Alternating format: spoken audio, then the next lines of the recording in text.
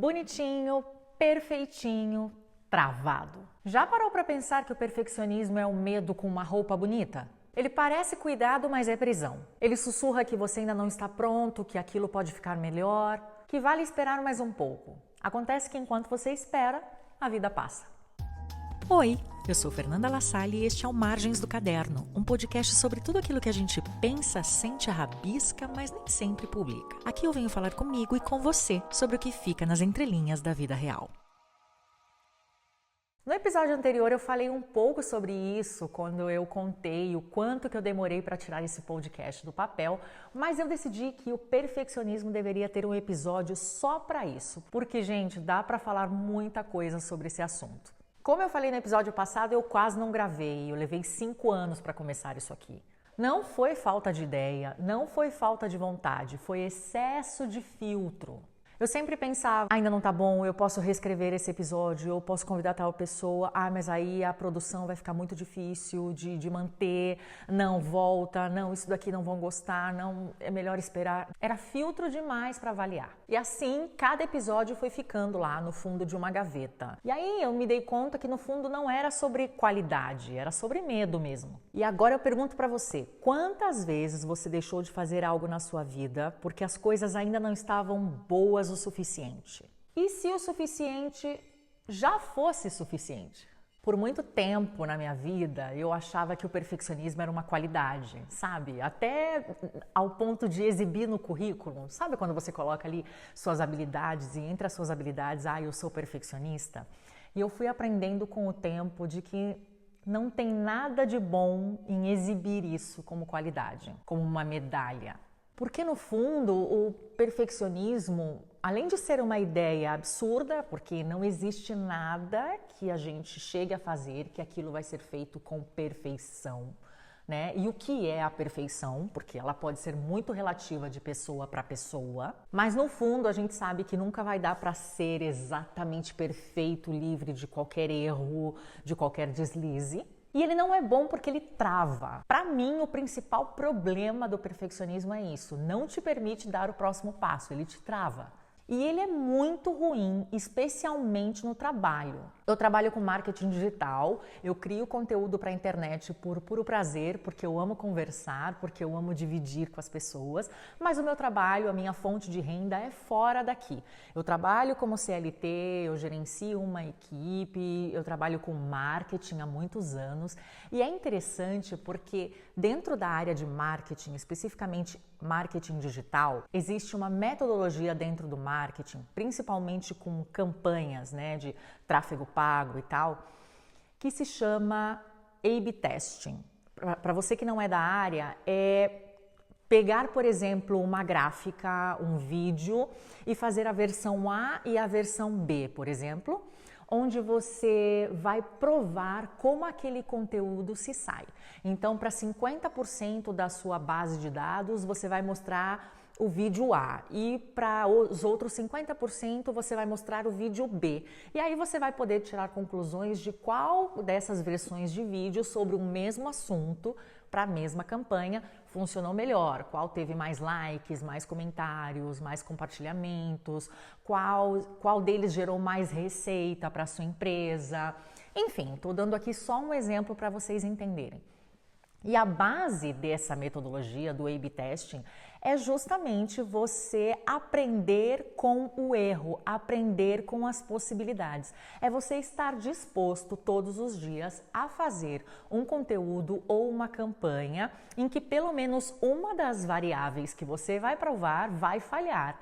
E muitas vezes as duas variáveis que você colocou para ser provada no mercado não vão dar o resultado que você espera. Só que isso, para quem é de marketing e conhece, isso não é um fracasso. Na verdade, todas as semanas, basicamente todos os dias, tem uma equipe de marketing mundo afora fazendo essa metodologia acontecer no mercado o quanto antes, de forma acelerada, justamente para ter resultados negativos ou positivos o quanto antes, voltar a provar e assim você vai melhorando aquele produto ou serviço ou a forma de se comunicar com as pessoas. No fundo, você está usando uma metodologia que te dá carta branca para errar, porque está muito claro que se permitir provar e até mesmo errar vai te dar as lições e os aprendizados que você precisa para melhorar aquele processo. E o perfeccionismo é o oposto disso. O perfeccionismo é não se permitir errar. E aí que isso me pegou por muito tempo da minha vida, porque foi a minha profissão em si que me ensinou a cada dia deixar isso de lado e ver a prova e o erro, me lançar nisso como uma oportunidade de ser melhor, tanto no meu trabalho como na minha vida e em tudo aquilo que eu escolho. E até hoje eu tenho que fazer um esforço de me perguntar se eu não estou travando processos pessoais ou profissionais por esse excesso de perfeccionismo. Então não é uma coisa fácil. Se você sofre com isso, saiba que eu te entendo, mas o dia a dia tem me permitido cada vez mais ser mais produtiva ao invés de analisar tanto, porque quando você se pega analisando muito, dificilmente você vai tirar uma boa ideia do papel. Eu estava conversando esses dias com uma amiga com quem eu compartilho a minha vida há muitos anos, né? E ela me disse, Fê, eu perdi uma grande chance de colocar um curso meu, que eu acredito muito, naquela época em que as pessoas estavam muito propensas a comprar infoprodutos digitais, de 2020 a 2022, o principal período da pandemia, pelo meu excesso de perfeccionismo. E hoje, embora existam pessoas que ainda vivam de infoprodutos, ela me disse, eu sinto que eu perdi o timing, porque as pessoas hoje não estão dispostas a comprar esse tipo de produto como estiveram naquela época. E é um fato. Então é importante a gente analisar isso e parar de carregar o perfeccionismo como uma medalha, como uma qualidade, porque no fundo ele nos trava. E nós temos exemplos disso todos os dias, né? Quantas vezes você já não ficou, por exemplo, revisando um e-mail que você precisa mandar para ver se não faltou nada e, no paralelo, outras atividades importantes estão sendo acumuladas pelo tempo que você perde revisando aquilo pelo excesso de preocupação. Ou você, de repente, pode ser aquela pessoa que não delega tarefas porque qualquer outra pessoa não vai fazer tão perfeito como você. E, no fundo, você acaba ficando sobrecarregado. Ou, inclusive, como o exemplo que eu dei no primeiro episódio aqui, de não dar um start num projeto importante porque você acha que ele ainda não está pronto e, como aconteceu com a minha amiga também, o timing passa e às vezes grandes oportunidades vão com esse excesso de filtros que a gente coloca no caminho. E pensando alto aqui, enquanto converso com vocês, fiquei me perguntando se o perfeccionismo muitas vezes não dá pra gente uma ilusão de controle total sobre as coisas.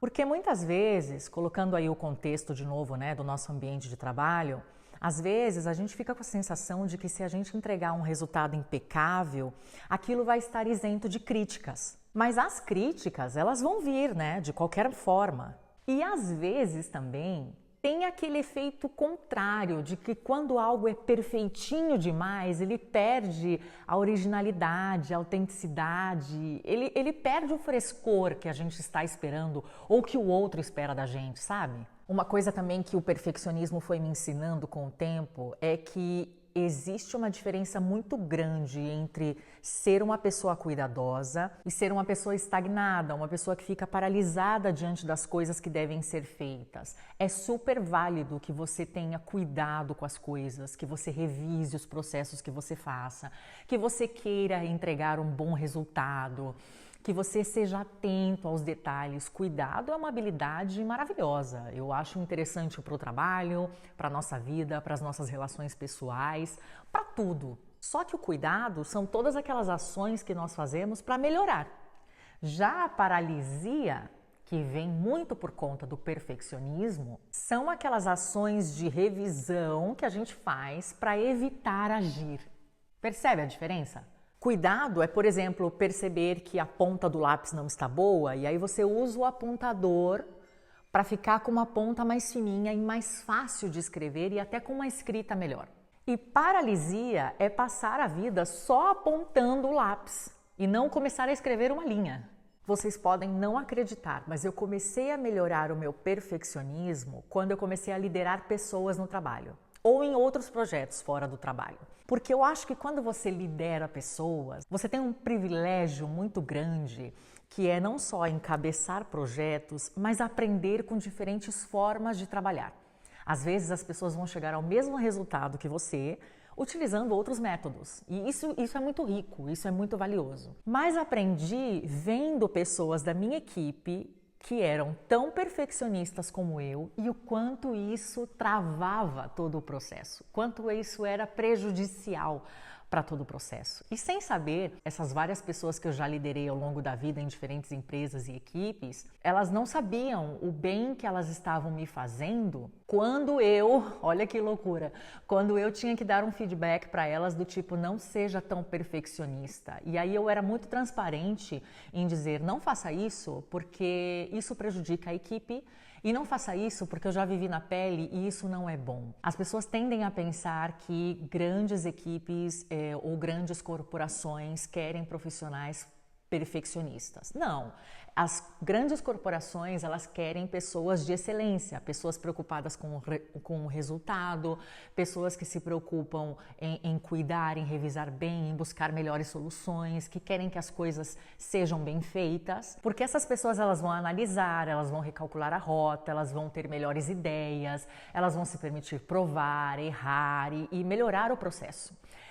As grandes corporações não querem pessoas perfeccionistas ou não permitem que pessoas perfeccionistas sejam promovidas dentro da empresa, porque elas já perceberam que essas pessoas elas têm uma tendência a gastar muita energia nos detalhes errados, nos processos que não dependem de tanta energia. E isso é prejudicial para a companhia. A excelência ela entrega, o perfeccionismo atrasa. Então, essas pessoas dificilmente elas vão ter uma carreira, uma ascensão no trabalho, porque fica perceptível o quanto elas perdem muito tempo em coisas que elas não deveriam perder. E quando eu entendi isso, eu pude crescer profissionalmente. No mundo corporativo, essa frase, mas ainda não está ideal, é só uma desculpa bem polida para o medo de realizar as coisas. Eu faço terapia há muitos anos e se tem um profissional que eu não quero que me dê alta nunca é justamente a psicóloga, porque eu acho de um aprendizado incrível e seria maravilhoso que todas as pessoas pudessem ter acesso à terapia, porque nós crescemos muito, né? E uma das coisas que eu aprendi na terapia, que para mim foi fantástico, foi quando a minha terapeuta, anos atrás, me disse que grande parte das pessoas perfeccionistas, elas têm um histórico pediátrico não muito bom. E aquilo me deixou impressionada, pensando, né? E pedi para ela desenvolver melhor aquela ideia. E justamente faz muito sentido, porque quando nós somos crianças, quando nós estamos crescendo ali na nossa casa, com os nossos pais, ou com as pessoas que nos criaram, o nosso sistema, né, nervoso, o nosso funcionamento neurológico está em desenvolvimento.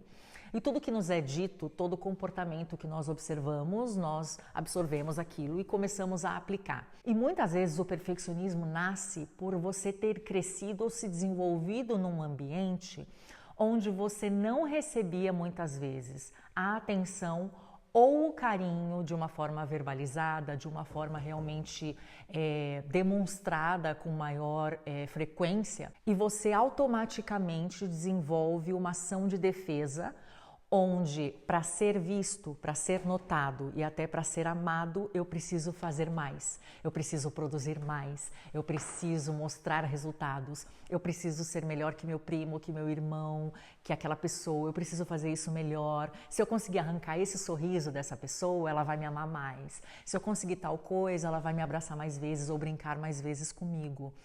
E isso faz muito sentido, pelo menos fez sentido para mim, porque eu cresci num ambiente onde alguns adultos tinham dificuldade de demonstrar amor, de demonstrar carinho, e o meu perfeccionismo ele foi se desenvolvendo nisso como uma forma de que, uma mensagem subliminar que eu tinha de que se eu chegasse à perfeição em determinadas atitudes, brincadeiras, formas de falar, formas de agir e tal, eu poderia ter o amor dessas pessoas. E isso me prejudicou muito, inclusive na vida adulta.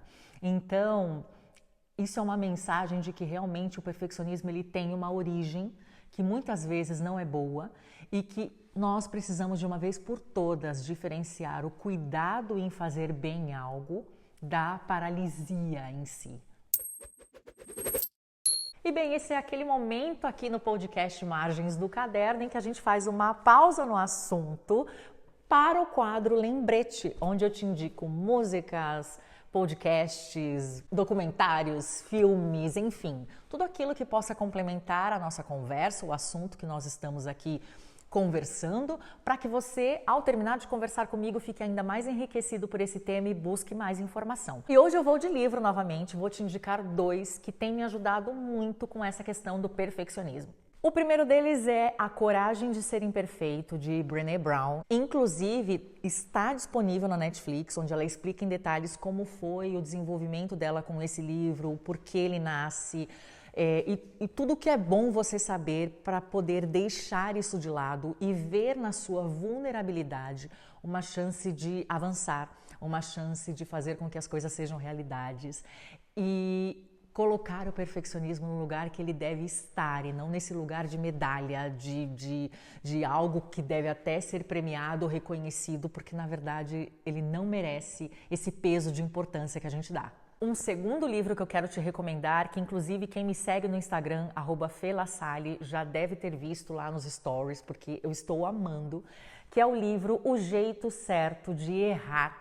É um livro muito interessante porque ele fala sobre vários experimentos ao longo dos anos, principalmente na área da medicina, que um dia foram um erro, mas que quando bem canalizados se transformaram em tratamentos que hoje revolucionam várias doenças, várias questões de saúde importantes, mas que nasceram de um erro que depois se aprimorou. E aí ele toma todos esses exemplos para nos ensinar o jeito certo de errar. Olha que interessante, não é um livro para dizer não erre, é um livro sobre como ver os nossos erros como uma ponte para aquele lugar, digamos, entre aspas, ideal que nós queremos chegar e até aprender uma forma certa de errar, mas que não existe uma vida sem erros. E que, inclusive, nós precisamos permitir alguns erros para poder ser aperfeiçoados aí no caminho, tanto em projetos, trabalho, como na nossa vida.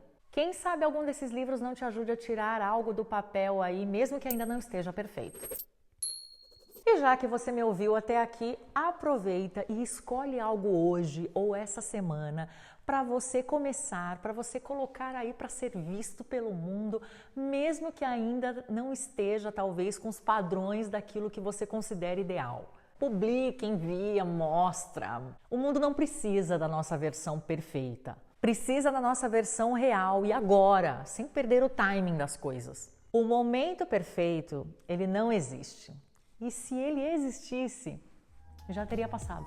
Mais uma vez, obrigada por estar comigo aqui nas entrelinhas do Margens do Caderno. Compartilhe com outras pessoas, vamos aumentar aqui a nossa roda de conversas.